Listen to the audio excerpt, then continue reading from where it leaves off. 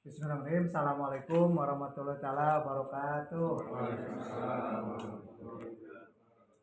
Bapak-bapak, ibu-ibu yang saya hormati, berikut adalah eh, hasil webinar pada bulan ini yang akan saya sampaikan kembali hasilnya kepada bapak ibu sekalian, yaitu mengenai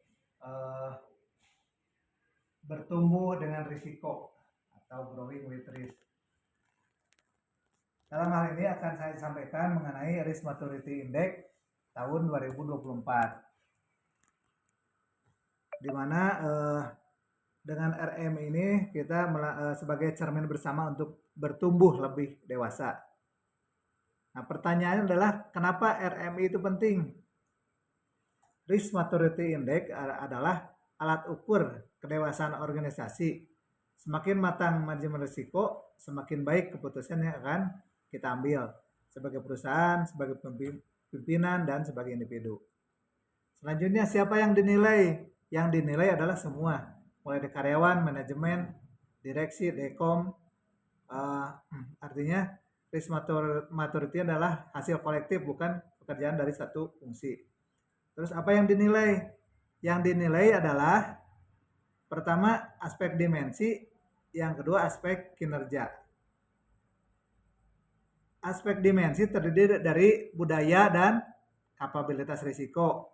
Kemudian organisasi dan tata kelola risiko. Ketiga, kerangka risiko dan kepatuhan. Keempat, proses dan kontrol risiko. Dan kelima adalah model dan data teknologi risiko.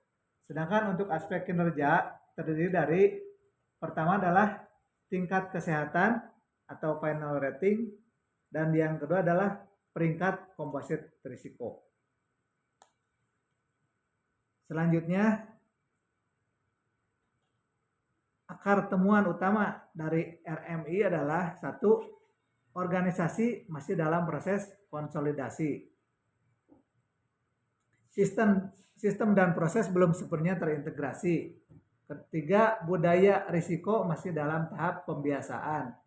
Serta keempat, digitalisasi risiko masih dalam tahap awal. Bukan karena kita tidak bekerja, tetapi karena kita sedang berproses. Ya. Jadi kalau dari RM ini, kalau kita lihat di sebelah kanan tabel, ada aspek dimensi dan skor dimensi. Yang dinilai dari antaranya adalah budaya dan kapabilitas risiko, organisasi dan tata kelola risiko, kerangka risiko dan kepatuhan, proses dan kontrol risiko, serta model data dan teknologi risiko.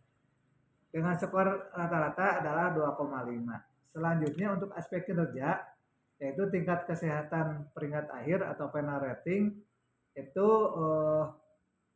nilainya adalah 50% dan peringkat komposit risiko 50%.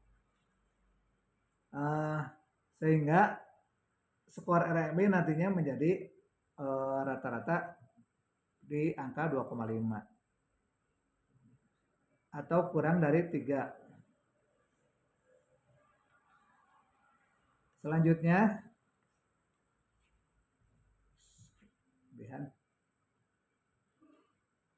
ini rekomendasi dan perbaikan. Satu, budaya dan kapabilitas risiko. Penguatan budaya sadar risiko melalui integrasi manajemen risiko ke dalam sistem kinerja, pelatihan, serta internalisasi nilai pengelolaan risiko dalam aktivitas kerja sehari-hari.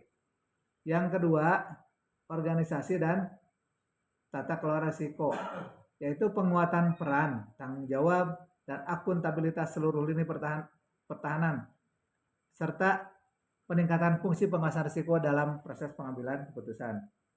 Yang ketiga, kerangka risiko dan kepatuhan, yaitu penyelarasan strategi perusahaan, selera risiko, dan kerangka kepatuhan untuk menjamin batasan risiko diterapkan secara konsisten dalam perencanaan dan pelaksanaan kegiatan usaha.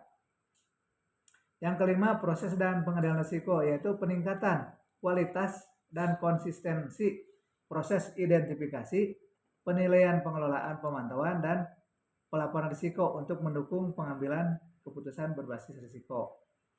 Yang terakhir yaitu data sistem dan digitalisasi risiko, yaitu penguatan fondasi, pengelolaan data risiko, dan pemanfaatan sistem terintegrasi secara bertahap guna meningkatkan konsolidasi keandalan dan efektivitas manajemen risiko.